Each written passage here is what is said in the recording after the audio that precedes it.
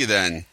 Yeah, it's BL Kirk on at Sunday, April 16th, and I'm trying to erase all the tweets from Paul Joseph Watson on my phone. We're not talking to each other. It's actually just I was getting notifications for his tweets. Big mistake. Almost as big as a mistake of recording my last show with the mic not plugged in. That was a little embarrassing, which I didn't really have to tell you about, but I just did. So Paul Joseph Watson is really got to He's really got to calm down. I guess that's my point. He's really tweeting all sorts of shit. And one of the tweets I just got, I erased all the tweets, and 30 seconds later, Homeland turned into social justice conservative bashing shit show, and its ratings plummet. Okay, I wasn't concerned about a show. Maybe he should have an entertainment section if he wants to do that. Yeah, you might be spreading yourself a little bit too thin there, Red Eye. And he's pretty red-eyed if you ever see him on Alex Jones. I like a lot of what he says, but it's kind of annoying that now you're kind of swamping my phone. So, of course, I'm going to turn off the whole notification thing, and that's what happens, motherfucker. So, I'm conducting a bit of an experiment. It's not working too well, but I might as well tell you about it. I guess I'm doing this show more just, whatever comes to my mind, which is something I'm now a bit more capable of because I'm taking less. I used to be on benzodiazepines. I had panic disorder, so I used to take clonazepam, and before that, lorazepam. You also might know it as Klonopin. Now, I would take all the, it wasn't even big doses, like half a milligram, stuff like that. So these little pills, and I'd take that, daily. I think the clonazepam I just took like maybe once a day, maybe twice, if things got bad. I also take an antidepressant that's supposed to be good with these panic disorders. Now, I'm one of those people that, like, there's no question I have panic disorder. I've had it since I was a child. Out of the womb, I looked around and said, oh my God, who the fuck are these people? Put me back in. So it's when I'm one of those people that it's not, oh, you're stressed out lately, oh, your parents didn't hold you enough, or any weird psychology. Psychology can make it worse. I mean, it's a transactional analysis type thing, but it's just something I was born with. The same that I was always going to get arthritis. My father had rheumatoid. I have psoriatic. So it was always kind of, in fact, he may have had psoriatic, I don't know. His psoriasis didn't come in until much later, but sometimes that happens. Anyway, so I've been trying to get off these pills because I can't operate.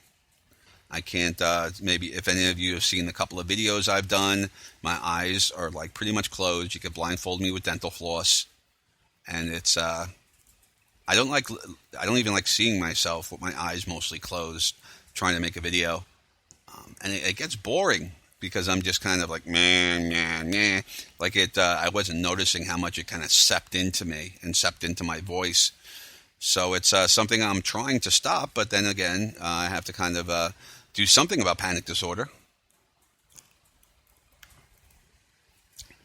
Now, I'm sure if I could kind of like stay home all day and just do shows, that would be great, but that's probably not going to happen. So all I can do is kind of try to figure something else out. Now, the big thing with me is that I actually became a big drinker for a while because for some reason the receptors that are affected by alcohol are the same ones that are affected by benzodiazepines. So that's actually what worked for me. So I was self-medicating. And once I got clonazepam, not so much of a drinker after that. Really, the temptation wasn't there except for socially.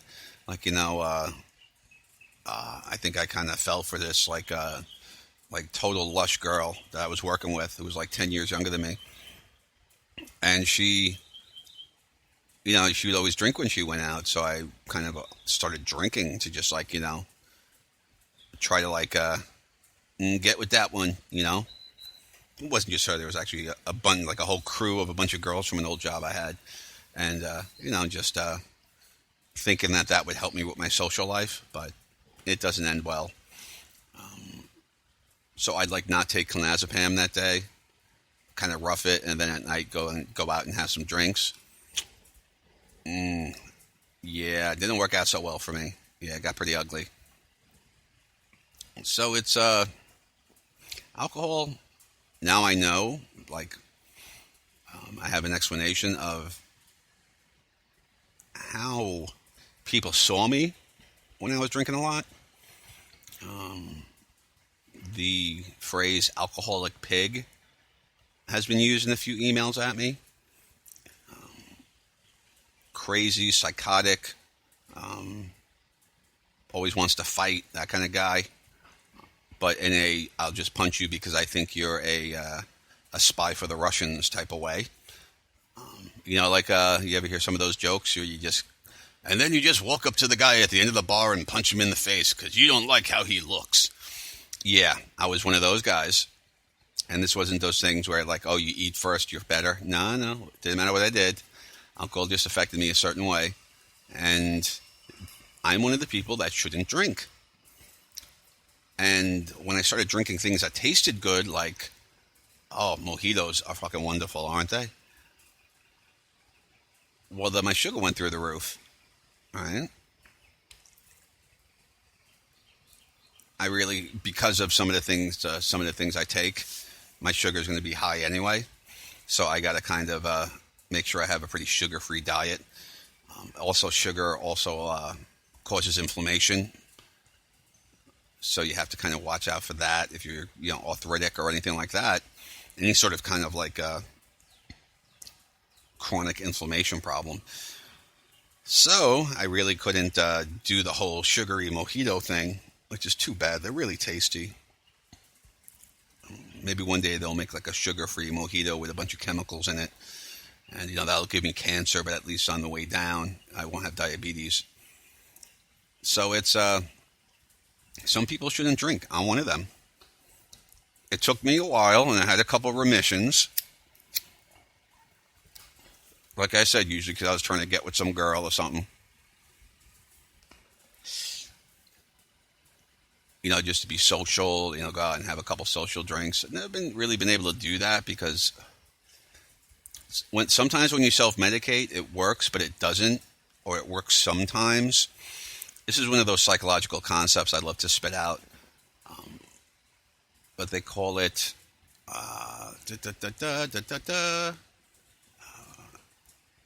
it's some sort of like schedule for reinforcement, like a reinforcement schedule. And they teach you in like behavioral modification and stuff like that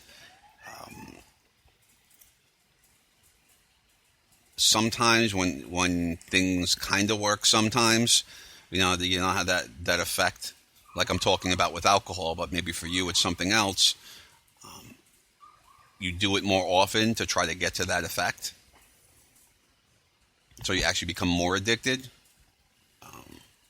And, there are psychological addictions. I mean, like marijuana is not physically addicting, but it can be psychologically addicting. So it's not a concept that's new.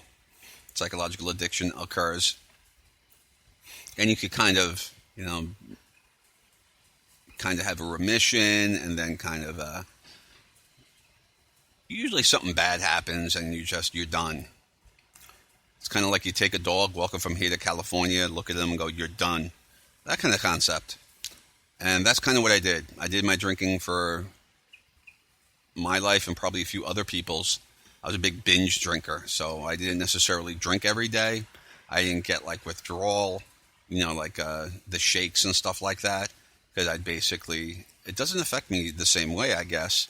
I never was like an all-day drinker. I would binge, and then I would not drink for a couple days, and maybe binge, Sometimes I'd have a couple days where I drink, but then there would be like even longer time off, because it knocked me out so much. That hangover was so horrible for me that it was like something you would kind of remember in the back of your head and kind of avoid for a while. Like you'd be kind of sick. Like alcohol, you'd look at it and be like, ugh. Last time I did that, I was sick for 3 days. And I would have that. I had hangovers where I would literally be in bed all day. I couldn't move. So this stuff affects me, and it's funny that the benzodiazepines, they work, but again, they actually work better if you're somebody who's self-medicating. Look into some sort of medication. They might work better for you. Don't abuse it. Keep it on a micro level. Keep it as low as you can. Whatever works, and you'll probably do fine.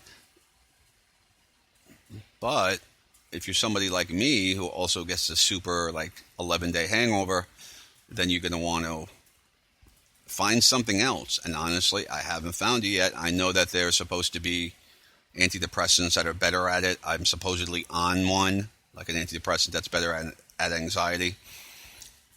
And it's just, it kind of half works, half doesn't. And that's like the story of the last 30 years of my life, that I've always been kind of half medicated, not really, fixed.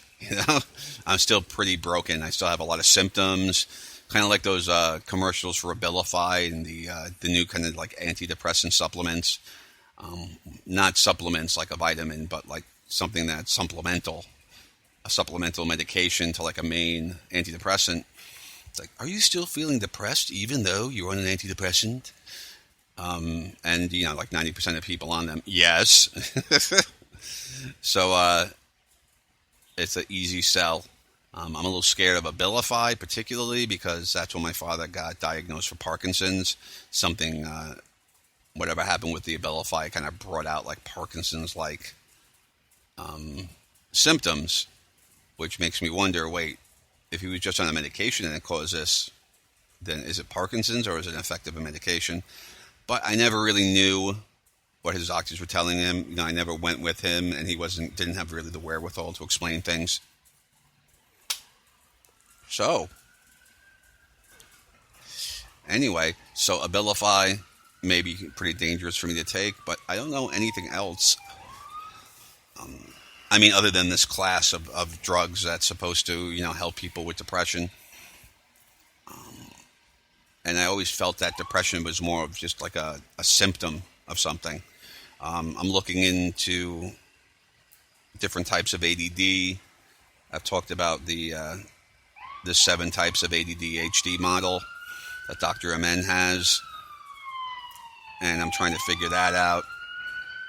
And also, even he says that many people who have, this, I think it was limbic ADD, they also can be misdiagnosed as having bipolar 2, and it's hard to tell the difference, and only a brain scan can really tell.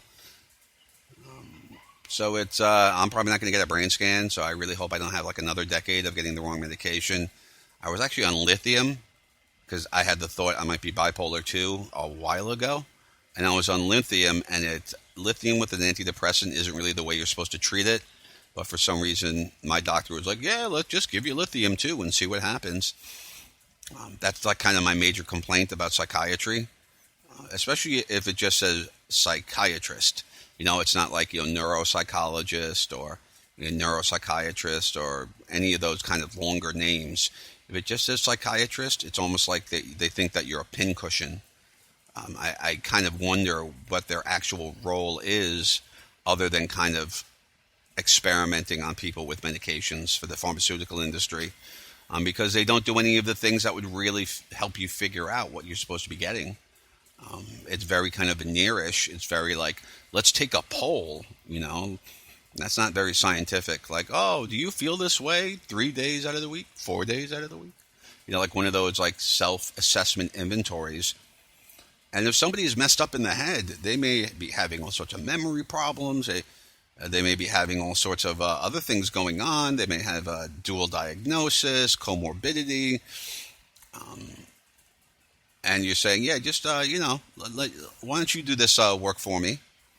That I'm the professional who's supposed to be able to tell these things, but I'm just going to, ask you to tell it to me. So whatever you do, if I treat you for it based on your assessment, then you can't sue me, I guess.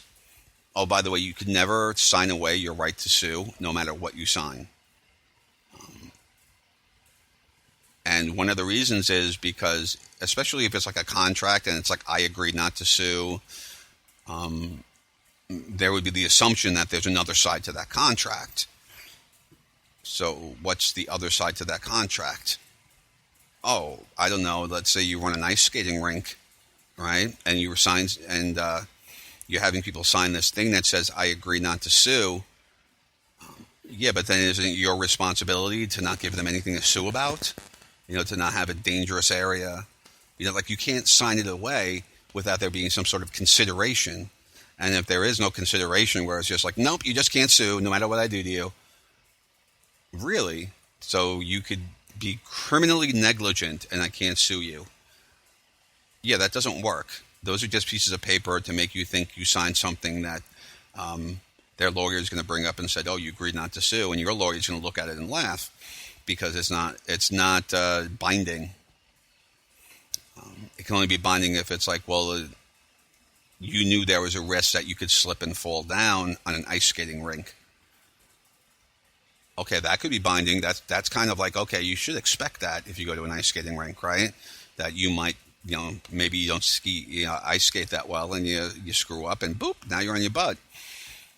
But if you go to the ice skating rink and there's no ice there, it's just water, and then you like trip over, because you thought it was going to be ice, and you're not looking too carefully because you missed a magoo, and you step into like basically a puddle of water, and there's no warning sign saying, please give us a second to freeze up this shit. Then yeah, of course you can sue. They were negligent.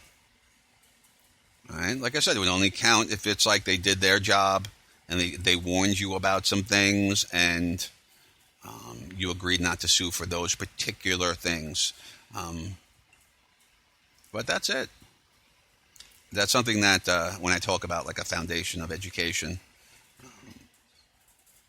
I'm not really going to keep going with the foundation show because I figured I'd do it more on my website and make it part of kind of like some things will be behind the paywall, some things not. I really do want people to know these things, these legal things, these logic things, these concepts that were not only not taught, were actually kind of pushed away from. Think about critical theory as opposed to critical thinking.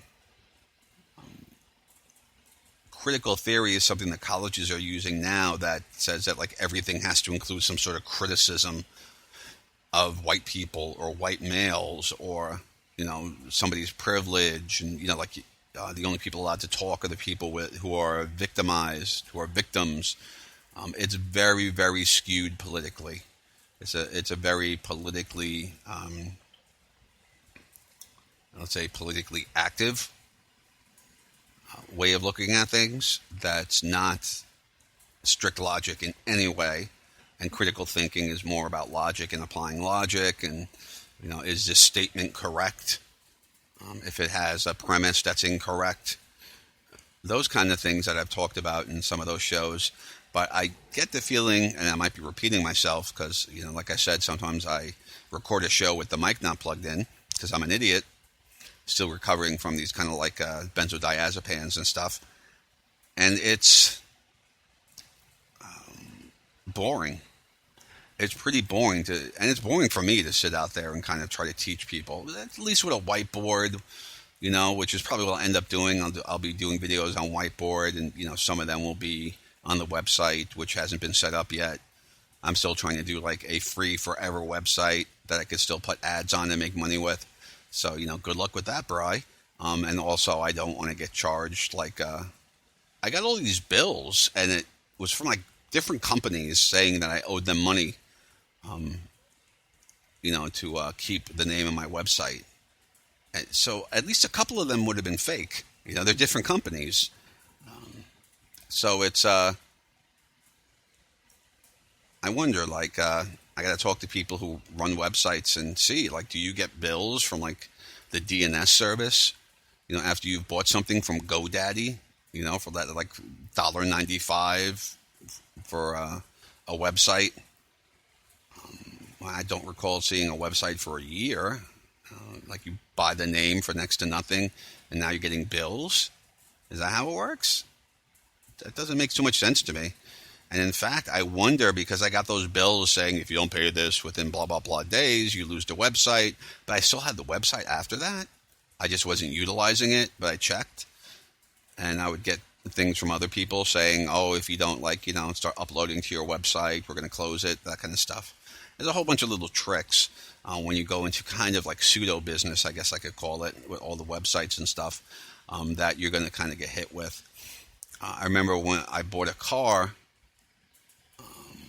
last year, I think in like June, and I got one of those kind of those deals for the what's it called? The fix the car. I forget what they're called. And I got like the silver deal. So, if any, like the transmission went wrong, it was covered, but it wasn't gold. So I had like a $200 deductible kind of thing. But anything like big repair wise, I was covered. Okay, cool. Well, I got all these things in the mail saying, you have to buy another warranty and all that stuff. But it was from like 100 different companies. I mean, I was getting them like 5 times a day from totally different places. And they all said, final warning, you're about to lose your warranty. And I was like, I just bought a warranty. How could I lose it? So it's become pretty stupid. And there's these little things that, like, if you're not watching out, you can get really ripped off. And I wonder if the whole website thing was one of them. And you buy a website for $1.95 on GoDaddy, and that's it. Any of you know anything about that? Please interact. The adult exchange of information is a pretty big thing. And look at this. I got a bunch of Twitter birds. Could it be Paul Joseph Watson? Yup, all of them are. Oh. Wow. Yeah, he's just tweeting and tweeting. I think he's got some sort of automatic tweet, or maybe he has some idiot working for them, some useful idiot who just keeps putting out tweets like crazy.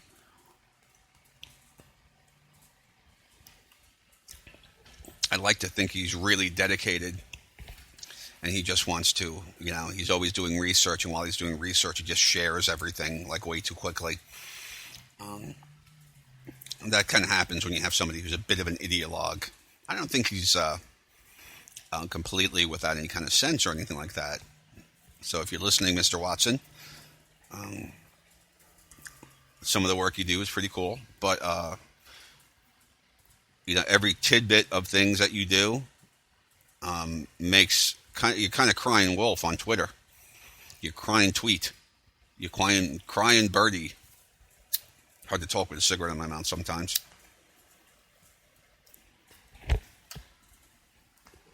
Oh, that's the other thing. I'm not needing as much caffeine or cigarettes. I'm kind of calming down with that. Because when I was on the benzodiazepines, I had to kind of like nuke myself like every day, or like energy drinks to just get going.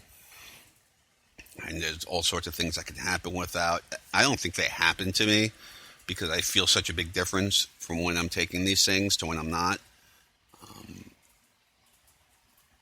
But they could cause like adrenal fatigue and, all sorts of problems with your thyroid. So really the whole remember, these things are mostly caffeine. Whatever else they put in it, it's mostly caffeine. So think about that. If you're drinking like 3 of these, at every sitting, think of it as you drinking like 6 or 8 cups of coffee. I mean, it's a ridiculous amount of caffeine. Why the hell are you doing that? Unless the doctor said, drink this because, we have to keep you on this or your head's going to explode. You're going to have a heart attack or whatever. So I don't think there's really any situation where you're going to, it's legitimate to drink all that stuff. Now, what used to happen is, and this is why a lot of people became diabetic, a lot of people got on medication and then they would drink not only lots of caffeine, but lots of sugar. People would drink soda all day. And now that's, people don't really do that anymore. Back in the day, there was actually kind of an argument, is soda bad for you? Well, it's bad for your teeth. Yeah, but now we know that the caffeine can cause all sorts of problems. I was getting, it's a bit complicated because I would take like these antidepressants and they'd keep me from having these kind of sleep behavior disorder things. where I'd be like kicking, and I would I really interrupted sleep. I'd wake up exhausted. Um, if I was knocked out, then they said I had sleep apnea. It was weird. Um, and the caffeine would counteract that. The effect from the antidepressants, and then I end up having some of those symptoms come back. I'd start grinding my teeth, have nightmares, something called night terrors I used to get. And that's before I had any kind of medication, but I was, caffeinating it out anyway because of depression. So it's, the symptom of depression from whatever else. These things are complicated, and having a doctor that kind of says, so you put a 5 over here and a 4 over here, I guess we'll give you this medication that could really harm you. But according to you, it won't, I think. Yeah, that's not good enough. And I think a lot of people are suffering right now who are on the wrong medications or misdiagnosed. Doctors are experimenting because they don't really know. They have no blood test. They have brain imaging, but they don't know how to use it. They don't even know about it most of the time. This isn't a mental health system that's going to work out too well. And we see the evidence of that. Every shooter I've heard of had a history of mental illness before they were a shooter. And that includes like Islamic terrorists and, not all of them, but the vast majority of them. Because these are the people that are easy to recruit and get to do something crazy. I think when I was, during the primaries, when I belonged to a lot of Bernie groups at the time.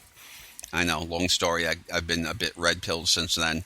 But I had people saying, "Oh, you're a good guy. You don't want Israel make a bad."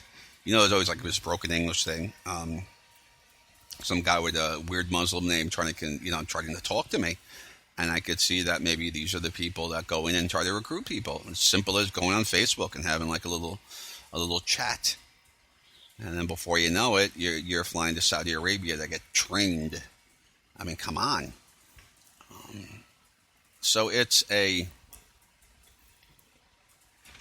ugly situation, and I don't think it's necessarily all about, the kind of like Muslim war against the West. I think they're taking advantage of people that are part of a really bad healthcare system. And whatever we do with physical health, whatever we do with medical health, we really have to at least start with mental health, because right now it's just unacceptable. It's just not something that's going to go anywhere good. Like I said, people are being converted to this kind of like radical Islam when they like grew up in Queens, in a good family with, a decent amount of money in a pretty decent area. But they have some sort of mental illness. Nobody's helping them. And it doesn't matter if you have insurance, really. Half the time, they won't even pay for you to go to a psychiatrist unless you're a PCP, which is, primary care provider, is like a gatekeeper. And they can treat you sometimes. Most of them won't. They'll send you to a psychiatrist. But a lot of the purely mental health disorders, unless they're kind of a symptom, or they could chalk it up as a symptom of something medical,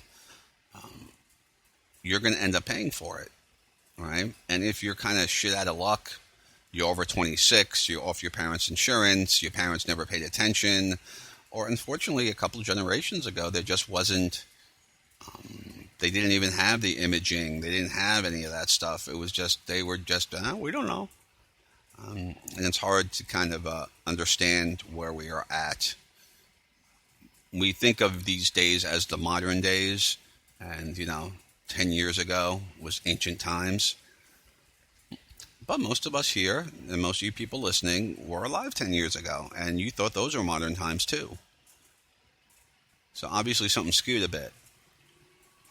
I tend to see things more as levels of archaic.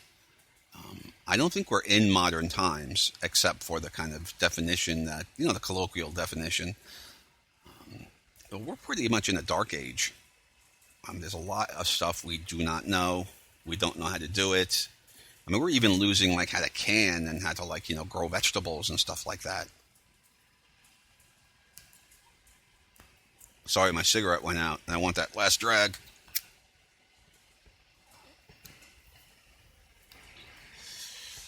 Think about that. I mean, during the Great Depression, I'm sure everybody knew how to can foods and grow stuff in your backyard, even if you're in like New York City, or they came from as children, they were on a farm. And now it's like this 2% of Americans are involved in farming. That's still a lot of people, but that'd be 6.8 million, something like that. Yeah, that's a lot of people. But that means that 98% of Americans are not involved in it in any way and probably don't know too much about it. They think that I remember running a supermarket and there were people that, well, they were kind of asshole-ish. I ran a supermarket in New Hyde Park, New York, and it was a very lawyerly area. I fucking hated the people there. Oh, were they nasty people. Everyone thought they were a lawyer. They were always trying to get free stuff from everybody. And not the cheap stuff, like, oh, you mislabeled this. I want it for the dollar less that, you label it as. Not like that. That's normal, Or something's packed out in the wrong spot. You pay you give them one for the price, if it's $1 or something like that. And then you go and move it. And it's kind of like telling you, this is the stuff you got to move that somebody packed out wrong. Packed out just means putting on the shelf, where its label should be. And you'd be surprised how many people get that wrong. That can work for you. But anyway, this area, it was just such a big, giant sphincter of the world. I've done some poor areas too. I was shifted around a little bit, and nothing was worse than like the lawyerly, wannabe lawyer areas. That was, I'd never in my life had to say no so much to people, and just had to kind of assume that they were trying to get over on me pretty much every time. And I got ripped off all the time where people got over on me because I couldn't figure out the scam quick enough. And I'm kind of like looking out one eye, with like an arched eyebrow, like, something's wrong with this, but I didn't know what it was, so I kind of had to give it to them. Let's just say there are a lot of stories I didn't want to tell my manager that I screwed up, and like, I think at one point I literally helped somebody steal.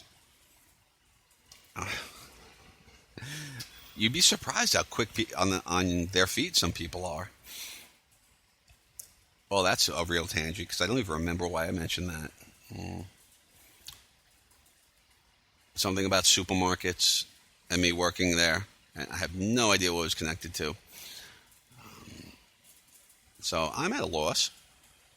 Sorry about that one, guys. I'm still kind of recovering from this whole brain thing. I've been getting experimented on, basically. And there are ways to tell now, but we just don't have the mental health system that we need to actually help anybody. In many ways, it's kind of going back to kind of like the 17th century, where, a bunch of doctors would go see the king and everyone was like already, wondering like who was next in succession because they knew if the doctors were there, he was dead already. And it was not from the illness, but from whatever the doctors do would kill them. So they were already fighting over who would get the throne next.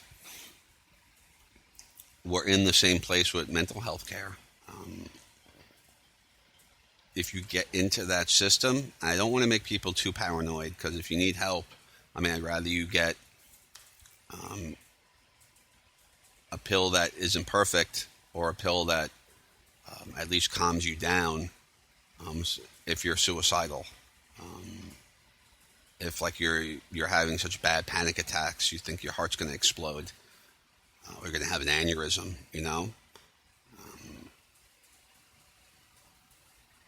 those medications, they may be the wrong one, or not the not the best one or not even the appropriate one, but they might help with those symptoms and keep you from doing something that you'll regret, or you won't have a chance to regret it because you won't be alive. So I'm not here to say don't seek that attention that you need. I just want you to know that it's not really there yet. It's still pretty archaic. And you're going to have to either become a bit of an expert or find people who are. Talk to people who have gone through it.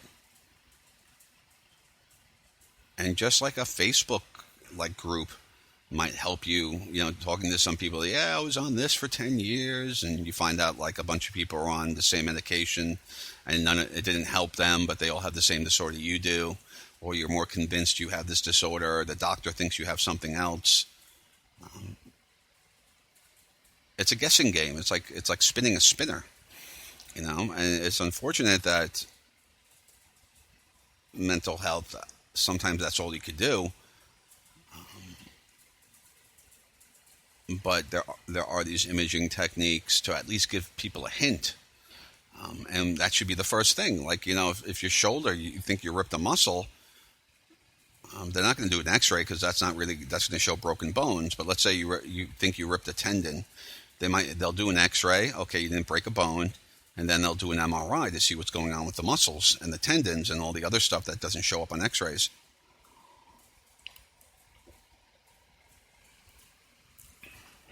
But with your brain, they don't do that. And maybe I'm totally wrong. Maybe some of these people that are saying that they show, you could see when the metabolism of the brain and the blood flow, and you could see X, Y, and Z. Maybe somehow they're all wrong. But until I hear that, I'm going to go on bitching and complaining, because it seems really ridiculous that we would have no test for this. I mean, what about genetic tests? I mean, I remember I just sent away, and they're doing an entire genetic profile for my health for $89. Usually it's $99. Some companies will do it for $89. You're not going to get much cheaper than that. Trust me, I looked. But that's a full screening for all these genetic disorders and all that stuff. And it's just from, you taking a couple of swabs into your cheeks, that old swab test, and sending the DNA that way in a little baggie and a little envelope. That was $100. Why everybody who gets some sort of mental disorder, why don't we start with that? I mean, shouldn't we start with that with medical disorders too? I mean, shouldn't we take a look and see what people are susceptible to, so it would be more likely? We could go, oh, okay, it's more likely they're going to be this, so we don't have to do these 5 tests. We just have to do this one. And if it comes up negative, then we'll do the other 4. It just makes sense. And we're very private about our medical records. We have all these rules to make sure that our medical records are protected, which is weird that I talk about my medical and mental health problems all the time, so it kind of goes against that. But if I had genetic testing, maybe I wouldn't want to share that with you. I wouldn't want it to get out that, I'm going to die at 50 because of some disorder that now I know I have, right? Because, what if I become somewhat famous and they're like, we're not going to insure him. He's going to die at 50.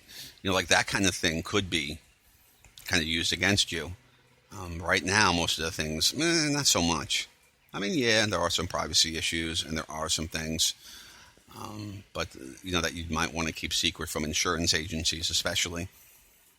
But it almost seems set up that if you had some sort of genetic testing, your privacy would be protected. So do the $100 genetic testing. I went to a physical therapist a couple of weeks ago, and there was, it was under comp, so, they didn't want to pay, or they changed my number so that anybody who said, oh, this is patient X with this number, they go, oh, we don't know who that is. My lawyer found out they changed the number. There's all these like little reindeer games that they play. So I didn't get in there soon enough in order to. I got busy with something else health-wise. To make a long story short, but I brought in a bunch of MRIs I did that nobody would order for me. I had to go to a one of those like MD Now type places and explain to them why I needed them. The pain I was having and this and that.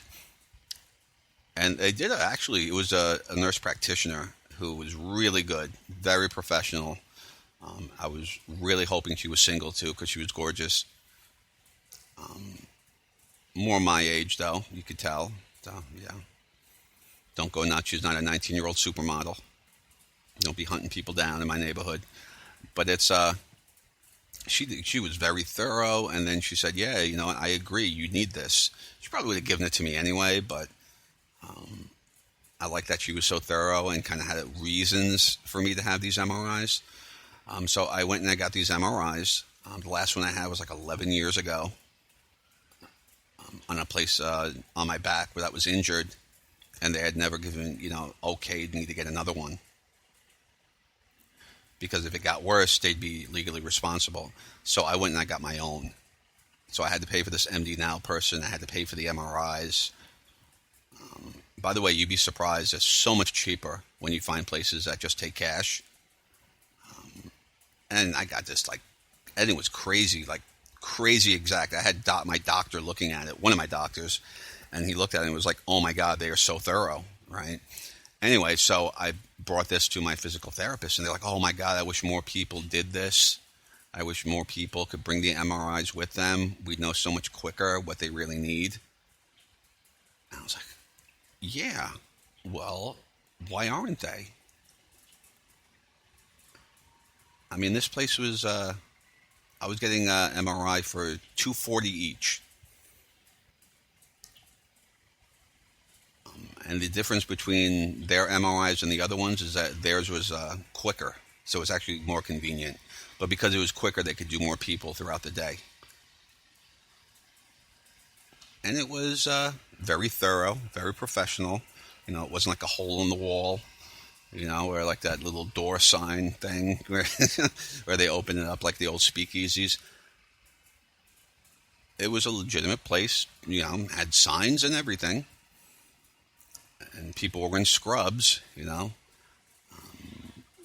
weren't like looking around, all suspicious looking. Yeah, just get in that machine there. Yeah. You got the money? It wasn't a drug deal or anything. But those 3 MRIs, what were they? I think they start out at if you have insurance, they start out more like $600. All right. Why? I mean, are these companies stupid? I mean, I don't understand why they want to do that, but who knows? There's always some sort of payoff when it comes to these systems. There's always kind of some kind of circle of money. And it kind of is a way to get more out of us usually. In this specific case, I have no idea how they would do that. But that seems to be the case most of the time. It kind of dissuades you from paying for anything. I don't really understand it. But anyway, so I go in with this MRI, and now this physical therapist can actually say, oh, yeah, this would be a lot better. And people actually down here, I guess they are more used to that. I'm in Florida now because I never got, go get an MRI from anywhere else. When I got down here, they were like, listen, go get an MRI. They're only like $200-something down here. I was like, yes. So I got the MRIs that otherwise I would have had to try to get this workers' comp company to pay for it, and they just weren't. So it was a good thing. And when you see that, and now you have an MRI guy who's like trained to do this going, oh, it looks like it might be tendonitis over here and bursitis over here. And it's, wow, actual medical care. I think some of us are missing, and this is why I'm a little leery of the whole universal health care thing is that we're getting these levels of care already. If you have shitty insurance, you're already getting shitty care. Now take away that insurance. And then you have kind of the Canadian system where you pay high taxes, which we don't want to pay anyway, and you get worse care.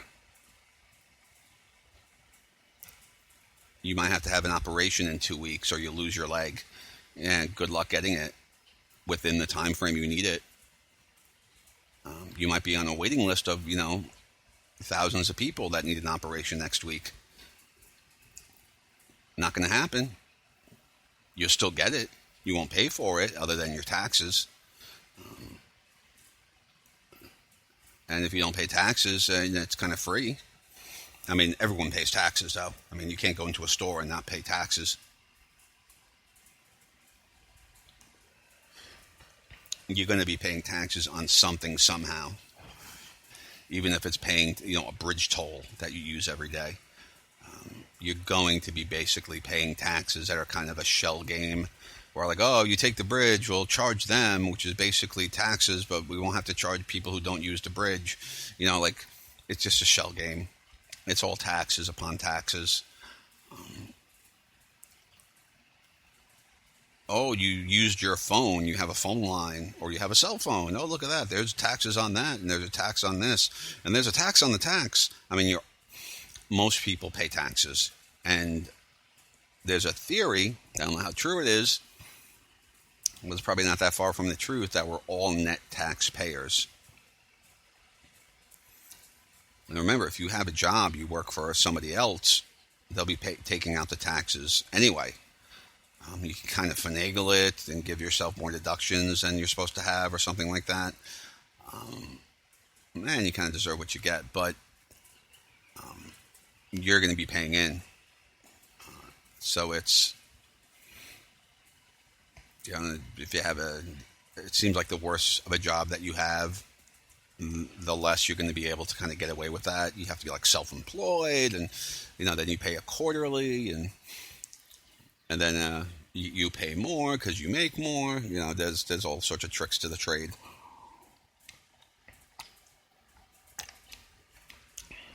Now I don't have like a spit guard on this mic. It's just like a regular headset. I mean, I've been using it for so long. It's a $10 headset. It's probably going to like fizzle and melt off my head at some point. But I know you can hear like my lips smacking and stuff like that. And I wish I could kind of bring out my mic with the spit guard and keep it out here. And I'm going to work on that. So I apologize for like all the noises from me smoking and drinking coffee.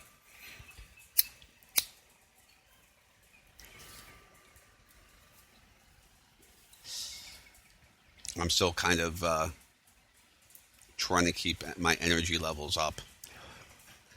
Just to normal human. We'll see what happens. Like I said, if anyone has any information on something else that might work for panic disorder, or even if you have an experience with any of the bipolar medications, the mood stabilizers, I might be trying to get on one of those, and hopefully they'll help me. I know some of them cause weight gain, et cetera, so any information you have on any of those, please, leave me a comment. And the great thing about the comments is you're not just sharing it with me, you're sharing it with everyone who sees this video. So, I'm probably going to make the title something to do with like depression, anxiety, and bipolar.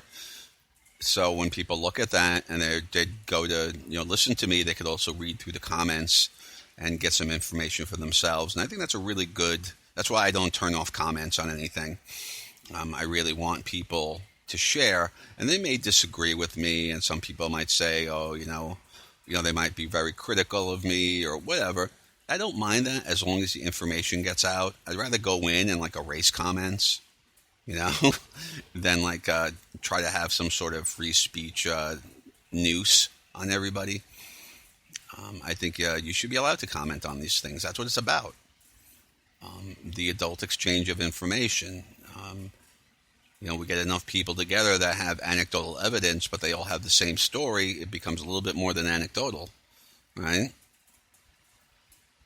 It's one thing if your aunt, your crazy aunt, says she doesn't like one of the local restaurants that you've never been to.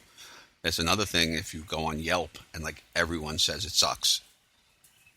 Yeah, I mean that's their opinion, but it's you're pretty sure you're not going to have a good time if you go to that restaurant. You're not going to get the food that you want. You're going to be disappointed in some way. I actually had that earlier today with this place I went to. I don't understand this. Went to a sports bar because the places we wanted to go to were closed for Easter. And so I was thinking, let's go Chinese. I mean, that's always open. Nobody really listened to me. So we end up just kind of like floating over to this sports bar. And one of the things I've noticed with these kind of like bar/restaurants is they'll take a table for 6 and make it for 8. So I had 8 people. And that was really fucking uncomfortable. And then when you looked around, you noticed that everybody was kind of stopping and waiting all the time because they were being blocked by the other people walking around, which means that they didn't have enough space between the tables. And you got a bunch of TVs going on. And so, it's a sports bar. You're going to have all these TVs. But then you have, I remember they put some people on stage who were like singing in Spanish. And I don't mind Spanish music. I'm talking about like just people singing while you're trying to eat. It was not a good eating atmosphere. Getting a beer? Maybe. I don't know I don't drink, so I don't know how much the beers cost or anything like that, but it definitely wasn't a place to eat. So I'm kind of one of the Google guides now. We all are pretty much, because Google just kind of jumps up and says, "What do you think of this place?" It's almost like they almost force you to. But I don't mind. You upload to Google Drive. They'll be like, "Hey, you wanna put this on the you want to be a guide? Want to be a guide? Huh." So I kind of signed up for it, and I was just like, let me slam this place. I just want people to know. I mean, it wasn't me being a dick, because they were nice people. It was good service. I wasn't too fond of the food. You get those like frozen vegetables you could taste, were just unfrozen, not really cooked, not really even warm. That level of stuff is pretty disappointing. And go to your local Publix and buy like a giant bag of frozen veggies. You get that at home, right? Anyway, so they weren't really being a professional restaurant as far as the food, but wasn't too bad. I give it like a 3. The service, maybe a 4. But the atmosphere for eating was like a -3. And now people who want cheap drinks might sit there and get, they might have 4-star reviews for that, but now they have reviews saying don't go and eat dinner there until they learn from their mistakes, right? It's good for them, too. They look at, some of the reviews and go, oh, yeah, we are cramped. We never really use all these tables. Why do we have all these tables jammed in? When there's a party at 8, why don't we join some tables so that they're comfortable? All of that stuff. So it's, they might learn from that. So it's, again, adult exchange of information. We got to do more of that. And that's what I'm talking about with mental health care, because you may not have mental health care right now or have any worry about it. Maybe you need a Xanax every once in a while when you're really stressed out, and your PCP will give that to you. So you don't really worry about it too much. But what about the people in your family? What if you have kids and they end up needing some sort of health care in that arena? I think it's good to know that you're going to have to be very proactive.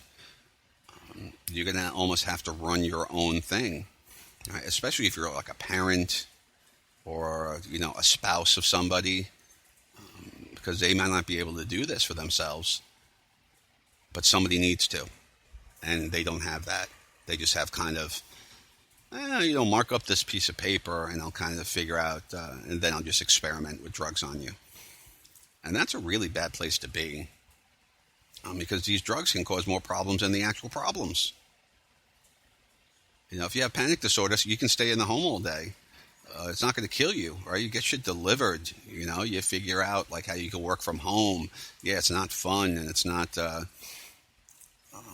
kind of life you probably want to lead, but you could do that, and you could kind of be able to survive. But if you're being given drugs that give you diabetes at 40, what the fuck? I think there was one in particular that people would gain weight on, and they had a much higher risk of diabetes, and it was one of the more popular bipolar medications. Mood stabilizers is what they usually use. So, experimenting, not the greatest idea.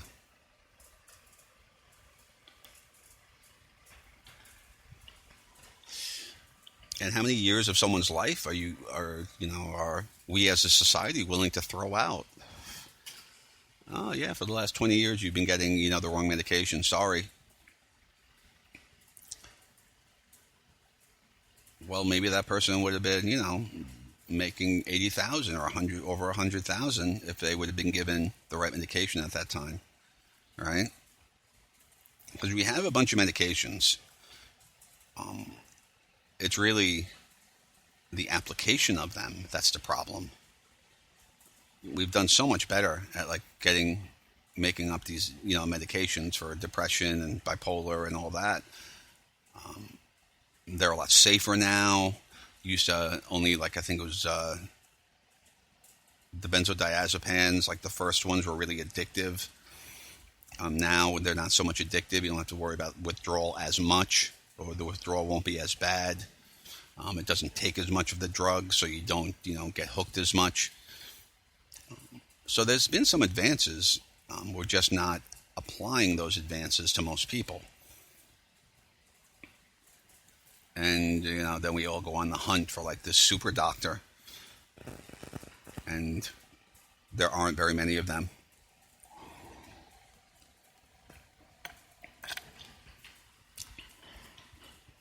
And like I said before, it shows up in our society.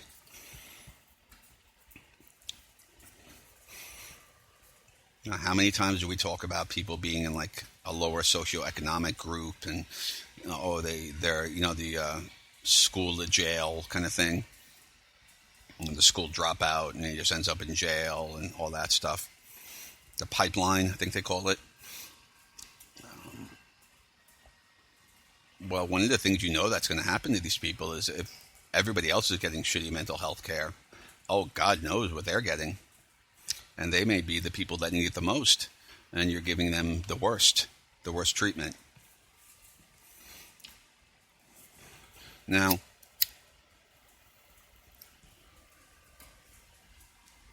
if somebody's a hard worker, right? I mean exceptionally hard, not just, regular, kind of white Anglo-Saxon Protestant work ethic. If somebody's really beyond that, they're probably going to make more money, but they're also going to put themselves in more danger. They're going to get hurt more often. They may have, their back may turn into degenerate. It degenerates from all this work they're doing. So it almost kind of makes sense in a way that you get the better insurance. You pay more for it because you make more money, so that's okay. But you'd also have better medical treatment. Yeah, kinda. I mean, there should always be some sort of kind of minimum level of treatment. But in a way, when it comes to mental health, it almost has to be the reverse. The less money you make, the better the treatment should be, because you're more of a danger to society, to yourself and others. They use that phrase, and they have half of it be "and others" for a reason. Now, I'm not going to say that most people who are mentally ill are much more of a threat to themselves, but you can't look at all these shootings and think that it hasn't been affected by our shitty mental health care system. And it's actually something that the Democrats and Republicans agree on. Yeah, we really need to do something more about mental health care. In fact, a lot of times when all the leftists are saying, let's take away everyone's guns, or let's take away this type of gun, like, a semi-automatic rifle, claiming that they're all assault rifles when they aren't. Again, just for your edification, AR means Armalite rifle. The ones sold to civilians are just semi-auto. They're not full auto. They don't have burst mode. And I think in pretty much every state it's illegal to even put a triple burst trigger on it, which kind of like mimics pulling it 3 times. So the Democrats, we got to take away this. It's bullshit and they know it. That's really the thing. It's not that it's bullshit and they don't know it. It's bullshit and they know it. They know it wouldn't make any difference. And then they go all the way with the whole, well, if nobody had any guns. Well, again, it's bullshit and they know it. And you can't take away everyone's guns, period. So it's the NRA, though, when they say, yeah, we need to do something about mental health, though, they don't block that. They don't say, no. No, these people should be allowed to shoot other people when they're crazy. No, the NRA doesn't block that. Even if you think the NRA goes too far. And some, I'm a bit of a centrist. Sometimes I think they do. Because it seems like they try to expand gun rights sometimes. We should be able to have howitzers. Like, there's that kind of feeling in the zeitgeist. I doubt that's really what's happening, but I'm suspicious of them. Anyway, I remember, I think it was after San Bernardino. Was it Bernardino? No, I think it was the nightclub in Orlando. They got together and they had a bill for mental health care. And it was actually like something that everyone agreed on. Something's got to be pretty obvious for the Democrats and Republicans to agree on it, especially these days. Back in the day, it was, we don't know, let's try this. There was more of a, less political stance. There was also this idea that you couldn't just blame it on your enemies all the time, that you had to actually have some sort of successes. Now we don't have that. It's like you can just fail and fail and fail as long as you somehow demonize the other side and blame them for your failures. People just get mad at your enemy, right? And that's really one of the places we're going. That's I really hope there's some way to come back from that, because usually there isn't, and societies just kind of implode. Anyway, so if the entirety of the political spectrum was like, yeah, we really need to do something about mental health, the only exception being kind of like fiscal Republicans. I don't mean fiscal conservatives, because they see the value in mental health services, but like the fiscal Republicans who are kind of pimping fiscal conservatism and trying to basically take away any kind of entitlements and stuff like that. Those like 10 guys from southern states, usually. They're like the little exception to this, because they're playing fiscal conservative, not being fiscally conservative. Being conservative doesn't mean you don't pay for the important stuff, right? It means you don't pay for the frivolous shit. I don't think anyone thinks that mental health care services are frivolous. Anyway, pretty much every show turns into this, doesn't it? I'd like to start doing more of like I was thinking of calling my show WTF. Obviously, you know what that means. Kind of, going into what the hell is going on and what do we do about it? And what can we do? What are other people trying to do? What are some people's experiences with, getting these services or not getting these services, or having insurance and still not getting treated, or maybe they found a super doctor we should all go to if we have mental illness or any illness. These things I think are great, and I love also talking about kind of keeping the knowledge. All right, there's another way we could share, because I'm sure there are people out there who still do canning. They sell this stuff in Walmart still. So I'm sure there are a bunch of people who are prepping and all that stuff, or just old school, and they have a garden and they can a whole bunch of veggies and fruits, and they could share that information. And then, we all have kind of a spot to go to when I get my website up, and we could just go, oh, how do I can this? And you go, oh yeah, I know, BL Kirk's website will have that, and you just go there and go through a couple of menus, and now you got whatever you want to can. Like that. That's what I want to create. I want people to know how to mend a sock. There used to be an attachment to sewing machines for mending socks. Yeah, I didn't know that either. My mother told me that. Not that she really knows how to sew. Don't tell her I told you that, though. She's actually pretty shitty at sewing. A lot of women from her generation were, she was a New Yorker. Long Island City wasn't the the home of country homesteads. Anyway, that information that we can share is could create such a huge and useful library, and also to apply some knowledge, from people's experiences across the spectrum, and to see what we need to do, and what the effects of this law are, or this lack of funding, or are we giving too much funding in some places? Blah blah blah. That's what I want to do, and I think that it's something that a lot of people would want to see happen. I know I'm at the kind of beginning of this. I'm just getting my own shit together, so it's kind of a strange thing to ask, but if you see where I'm going with this, you understand its utility, please support me on Patreon, or you can see one of my VidMe videos. I think you're allowed to just throw people a buck. You can kind of tip them, which is good, because then I know which ones you liked. So it's kind of like a big vote.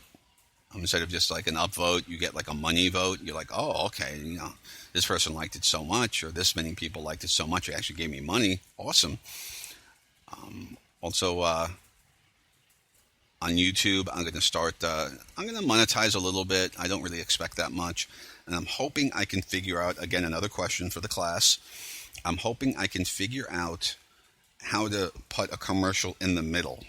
I don't want people turning it on and then seeing basically a little circle spin for 10 minutes because they're trying to download some, extreme HD commercial. I want them to get straight into the nitty gritty, and if they want to see the second part, then they could watch the commercial, then they can go through that hell. And so I'm trying to figure out where to kind of put it in there, and I'm sure as I figure out editing a little bit better, I'll be able to do that. Okay, so that's it for me today. Again, and I love to kind of say the date a lot. It is Sunday, April 16th, and now I have 3 more. Oh my God, no, it's not 3 more.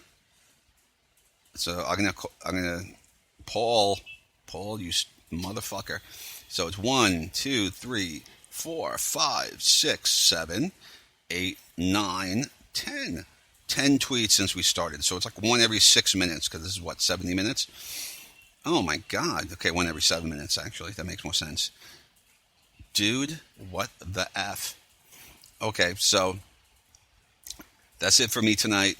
And I look forward, like I said, I've asked a bunch of questions in here. I don't just give out information. I try to get information from people to give out to everybody else. So I really do look forward to your interactions. Have a good night.